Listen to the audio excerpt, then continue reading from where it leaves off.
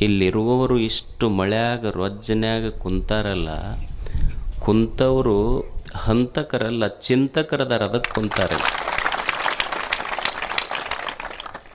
ಯಾರ ಹಿಂಗೆ ಕೆಸರಿನ್ಯಾಗ ಕೂಡಂದ್ರೆ ಕುಂತೀರಿ ನೋಡೋಣ. ಯಾರು ಚಿಂತಕರು? ಎರಡು ಕಾಲ ಕೆಟ್ಟೈತಿ ಅಂತಾರಲ್ಲ, ಕಾಲ ಕೆಟ್ಟಿಲ್ಲ. ಇಷ್ಟು ಮಳೆಯಾಗ ಕೆಸರಿನ್ಯಾಗ ನಮಗೆ ಮ್ಯಾಲೆ ಕುಂದ್ರಿಸಿದವ್ರಿಗೆ ಇನ್ನೊಂದು ಸ್ವಲ್ಪ ಎತ್ತರ ಕುರ್ಚಿ ಹಾಕಿದ್ರೆ ಸಮಾಧಾನ ಆಗ್ತೈತೆ ಅಂತೀವಿ ನಾವು. ನೀವು ಕೆಳಗೆ ಕುಂತರೂ ಎಷ್ಟು ಸಮಾಧಾನ ಕುಂತಿರಲ್ಲ, ನಿಮಗಿಂತ ದೊಡ್ಡವ್ರು ಯಾರು ಅದಾರ? ಇದೇ ಶರಣ ತತ್ವ. ಕಾಲ ಕೆಟ್ಟಿಲ್ಲ, ಕಾಲ ಚಲೋ ಐತೆ ಅನ್ನೋದಕ್ಕೆ ಇದೇ ಉದಾಹರಣೆ ಅಷ್ಟೆ. ಮತ್ತು ಇಲ್ಲಿ ಚಿಂತನೆ ಮಾಡುತ್ತಿರುವ ತಮಗೆಲ್ಲರಿಗೂ ಶರಣು ಶರಣಾರ್ಥಿಗಳು. ಈ ಇಡೀ ಭಾರತೀಯ ತತ್ವಮೀಮಾಂಸೆ, ತತ್ವಜ್ಞಾನ, ಅಧ್ಯಾತ್ಮ ಅಂತ ನಾವೇನು ಕರಿತೇವೆ, ಭಾಳ ಜನ ಉಪನಿಷತ್ತುಗಳು ಬರೆದ್ರು, ಗೀತೆ ಬರೆದ್ರು, ವಚನಗಳು ಬರೆದ್ರು, ಅಭಂಗಗಳು ಬರೆದ್ರು. ಇಷ್ಟು ಬರೆದಾರಲ್ಲ, ನಾವು ಹಳ್ಳಿ ಜನ ಅಷ್ಟು ಓದಿ ಮುಗಿಸೋಕೆ ಏನರ ಸಾಧ್ಯ ಐತೆ ನಮಗೆ? ಅದು ಅಷ್ಟು ತಿಳ್ಕೊಳ್ಳೋಕ್ಕೆ ನಮಗೆ ಆಯುಷ್ಯ ಭಾಳ ಸಣ್ಣದು.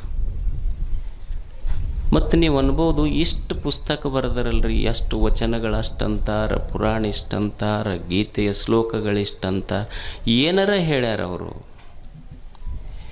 ಇಡೀ ಭಾರತೀಯ ಸಂತರು, ದಾರ್ಶನಿಕರು ಇಷ್ಟೆಲ್ಲ ಶ್ಲೋಕ, ವಚನ, ಗೀತೆ, ಅಭಂಗ ಏನೇ ಇರಲಿ, ಅವರು ಮಾತಾಡಿದ್ದು ಮೂರ ವಿಷಯದ ಬಗ್ಗೆ.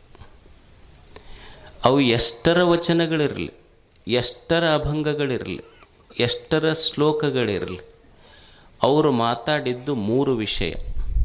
ಒಂದು ದೇವ, ಇನ್ನೊಂದು ಜೀವ, ಇನ್ನೊಂದು ಜಗತ್ತು. ದೇವ, ಜೀವ, ಜಗತ್ತು, ಈ ಮೂರು ವಿಷಯ ಬಿಟ್ಟರೆ ಮತ್ತೇನೂ ಇಲ್ಲ. ಇಲ್ಲಿ ಒಂದು ಜಗತ್ತಿನ ಬಗ್ಗೆ ಹೇಳ್ಯಾರ. ಕೆಲವರು ಇದು ಜಗತ್ತು ಸತ್ಯ ಅಂದರು, ಕೆಲವರು ಇದು ಸುಳ್ಳಂದರು, ಕೆಲವರು ಅಜ್ಞಾನದೊಳಗೆ ಖರೆ, ಜ್ಞಾನ ಆದಮೇಲೆ ಸುಳ್ಳಂದರು. ಕೆಲವು ಮಂದಿ ಇದು ಖರೆ ಅಂತಲೂ ಹೇಳೋಕ್ಕಾಗಲ್ಲ, ಖರೆ ಅಂತಿನೇ ಇನ್ನೊಂದು ಸ್ವಲ್ಪ ದಿವ್ಸಕ್ಕೆ ಇರುವುದಿಲ್ಲ, ಸುಳ್ಳಂತಿನೇ ಈ ಕಣ್ಣಿಗೆ ಕಾಣ್ತೈತಿ, ಅದಕ್ಕಿದು ವಚನದಿಂದ ನಿರ್ವಚನೆ ಮಾಡಲಿಕ್ಕೆ ಬರೋದಿಲ್ಲ, ಇದಕ್ಕೆ ಅನಿರ್ವಚನೀಯ ಅಂತ ಕರೆದು ಬಿಟ್ರೆ ಜಗತ್ತಿಗೆ. ಮತ್ತು ಇಂಥ ಒಂದು ಜಗತ್ತಿಗೆ ಜೀವ ಚೈತನ್ಯವಲ್ಲದಿದ್ದರೂ ಸಹಿತ ಚೈತನ್ಯದಂತೆ ತೋರುವ ಜೀವ ಈ ಅರಿಯದೇ ಇರುವ ಜಗತ್ತಿಗೆ ಬಂದೈತಿ, ಪ್ರಯಾಣ ಮಾಡೈತಿ. ಮತ್ತು ಈ ಜಗತ್ತಿಗೆ ಬರ್ಬೇಕಾದ್ರೆ ನಾವೇನರ ಯಾರ ಗೂಗಲ್ ಅಪ್ಲಿಕೇಶನ್ ಹಾಕಿ ಬಂದಿದ್ವಿ? ನಾವು ಈ ಜಗತ್ತಿಗೆ ಬರಬೇಕಾದ್ರೆ ನಾವೇನು ಗೂಗಲ್ ಅಪ್ಲಿಕೇಶನ್ ಹಾಕಿ ಬಂದಿಲ್ಲ. ಈ ಜಗತ್ತನ್ನು ನಿರ್ಮಿಸಿದವನು ದೇವನು, ಜೀವಿಗಳನ್ನು ನಿರ್ಮಾಣ ಮಾಡಿದವನು ದೇವರು. ಆದರೆ ದೇವನ ಇಚ್ಛೆ ಏನಿತ್ತು? ಒಂದು ಜಗತ್ತನ್ನು ನಿರ್ಮಾಣ ಮಾಡಿದ, ಜೀವಿಗಳನ್ನು ನಿರ್ಮಾಣ ಮಾಡಿದ, ಈ ಜೀವ ಮತ್ತು ಜಗತ್ತನ್ನು ನಿರ್ಮಿಸಿದವನು ದೇವನು. ಇವೆರಡನ್ನು ಸಂಧಿಸಿದಾತ ದೇವನು. ಆ ದೇವನ ಇಚ್ಛೆ ಏನಿತ್ತು ಅಂದ್ರೆ, ಜೀವಿಗಳು ನಾ ಏನು ಜಗತ್ತನ್ನು ನಿರ್ಮಾಣ ಮಾಡಿನೆಲ್ಲ, ಈ ಜಗತ್ತು ಇದೊಂದು ಭೋಗದ ಸಾಮ್ರಾಜ್ಯ. ಇದು ಇಲ್ಲಿ ಬಂದು ಉಂಡು ತಿಂದು ಚಂದ ಸಂತೋಷವಾಗಿ ಬದುಕಬೇಕನ್ನುವುದು ದೇವನ ಇಚ್ಛೆ. ಇದು ಜೀವಿಗಳು ಹೆಂಗೆ ಬದುಕಬೇಕಿಲ್ಲಿ?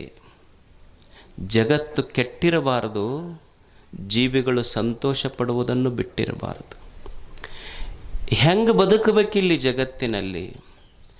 ದೇವರು ಏನಂತ ಕಳಿಸ್ಯಾನ, ಯಾತಕ್ಕೆ ಕಳಿಸ್ಯಾನಂದ್ರೆ, ಈಗ ನೀವೊಂದು ಪಾತ್ರಗಿತ್ತಿ ಅಂತೀರಿ, ನಾನು ದುಂಬಿ ಅಂತೀರಲ್ಲ, ದುಂಬಿ ಅದು ಹೂವಿನಿಂದ ಹೂವಿಗೆ ಹಾರ್ತೈತಿ.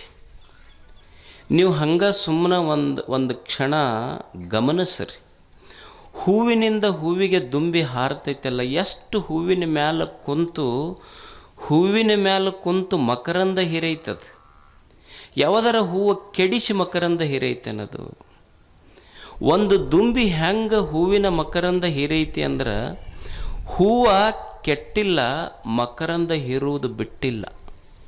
ಹಂಗೆ ಒಬ್ಬ ಜೀವಿ ಈ ಜಗತ್ತಿನಲ್ಲಿ ಹೆಂಗೆ ಬದುಕಬೇಕು ಅಂದ್ರೆ, ಪ್ರಪಂಚ ಕೆಟ್ಟಿರಬಾರದು, ಪರಮಾತ್ಮನನ್ನು ಬಿಟ್ಟಿರಬಾರದು, ಹಾಗೆ ಈ ಜಗತ್ತಿನಲ್ಲಿ ಬದುಕು.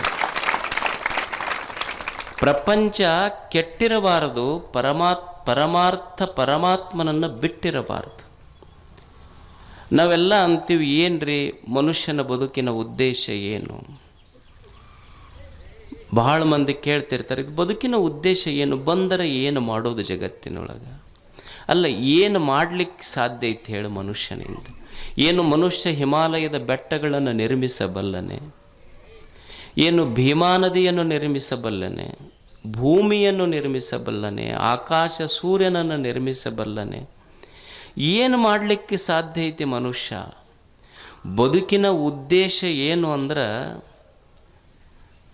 ಪರ್ಪಸ್ ಆಫ್ ದಿಸ್ ಲೈಫ್, ಬದುಕಿನ ಉದ್ದೇಶ, ನೀ ಇಲ್ಲಿ ಬಂದು ಏನೋ ನೀರು ತಯಾರು ಮಾಡಬೇಕಾಗಿಲ್ಲ, ಮಣ್ಣು ತಯಾರು ಮಾಡಬೇಕಾಗಿಲ್ಲ, ಬೆಳಕು ತಯಾರು ಮಾಡಬೇಕಾಗಿಲ್ಲ, ಏನೂ ಮಾಡಬೇಕಾಗಿಲ್ಲ, ದೇವರೆಲ್ಲ ಮಾಡಿಟ್ಟಾನಿಲ್ಲ. ನೀ ಬಂದು ಉದ್ದೇಶ ಏನು ಅಂದ್ರೆ, ದೇವ್ರು ಏನು ಮಾಡಿಟ್ಟನಲ್ಲ ಅದನ್ನು ಕೆಡಿಸಲಾರ್ದಂಗೆ ಬದುಕಿ ಹೋಗಿಬಿಡು, ಇದೇ ಜೀವನದ ಉದ್ದೇಶ. ಅವ ಏನು ಮಾಡಿಟ್ಟಾನ ಅದನ್ನು ಕೆಡಿಸಲಾರ್ದಂಗೆ ಬದುಕಷ್ಟೆ, ಇದು ಜೀವನದ ಉದ್ದೇಶ. ಜೀವನ, ಈ ಜಗತ್ತು, ಇದರ ಸಂಬಂಧ, ಇಲ್ಲಿ ಜೀವ ಜಗತ್ತಿನಲ್ಲಿ ಬಂದ ಮೇಲೆ ಒಂದು ಸುಂದರವಾದ ಜೀವನವನ್ನು ಕಟ್ಟಿಕೊಂಡು ಜೀವನದ ಯಾತ್ರೆ ಮುಗಿಸಬೇಕಲ್ಲ, ಹೇಗೆ ಬದುಕಬೇಕನ್ನೋದೇ ಚಿಂತನೆ. ಶರಣರು ಬಹಳಷ್ಟು ಚಿಂತನೆಯನ್ನು ಮಾಡಿದ್ರೆ ಇದರ ಬಗ್ಗೆ, ಹೇಗೆ ಈ ಜಗತ್ತಿನಲ್ಲಿ ಬದುಕುವುದು, ಏನಿದ್ರೂ ಒಂದು ಸುಂದರವಾದ ಜೀವನ ನಮ್ಮದು ನಿರ್ಮಾಣ ಆಗ್ತದೆ, ಇದರ ಮೇಲೆ ಶರಣರು ಬಹಳ ಚಿಂತನೆ ಮಾಡಿದ್ರು. ಒಬ್ಬ ಹೆಣ್ಮಗಳು 12ನೆಯ ಶತಮಾನದಲ್ಲಿ ಮುಕ್ತಾಯಕ್ಕ ಅಂತ ಹೆಸರು, ಆಕೆ ಹೆಸರು ಅಷ್ಟು ಚಂದ, ಮುಕ್ತಾಯಕ್ಕ. ಆಕೆ ಈ ಭೂಮಿಯ ಮೇಲೆ ಮನುಷ್ಯ ಒಂದು ಸುಂದರ ಜೀವನ ಕಟ್ಕೋಬೇಕಾದ್ರೆ ಏನಿರಬೇಕು ಅಂತ ಹೇಳ್ತಾಳಕ್ಕೆ. 3 ವಿಷಯಗಳನ್ನು ಮನುಷ್ಯ ತಿಳ್ಕೊಂಡಿರಬೇಕಿಲ್ಲ. ಮನುಷ್ಯನಿಗೆ ಏನಿರಬೇಕು? ಒಂದು ಸುಂದರವಾದ ಜೀವನ ಈ ಭೂಮಿ ಮೇಲೆ ನಮ್ಮದು ಇರಬೇಕಾದ್ರೆ ಆನಂದ ಇರಬೇಕು ಮನುಷ್ಯ. ಮೊದಲನೇದ್ದು ಆನಂದ, 2ನೇದ್ದು ಐಶ್ವರ್ಯ, 3ನೇದ್ದು ಅರಿವು. ಆನಂದ ಇರಬೇಕು ಮೊದಲ. ಜೀವನ ನಮ್ಮದು ಸುಂದರ ಆಗಬೇಕಾಗಿತ್ತಂದ್ರೆ ಆನಂದವಾಗಿರ್ಬೇಕು ನಾವು ಮೊದಲು. ಆನಂದ ಬಿಟ್ಟರೆ ಏನಿದೆ ಜಗತ್ತಿನೊಳಗೆ ಹೇಳಿ?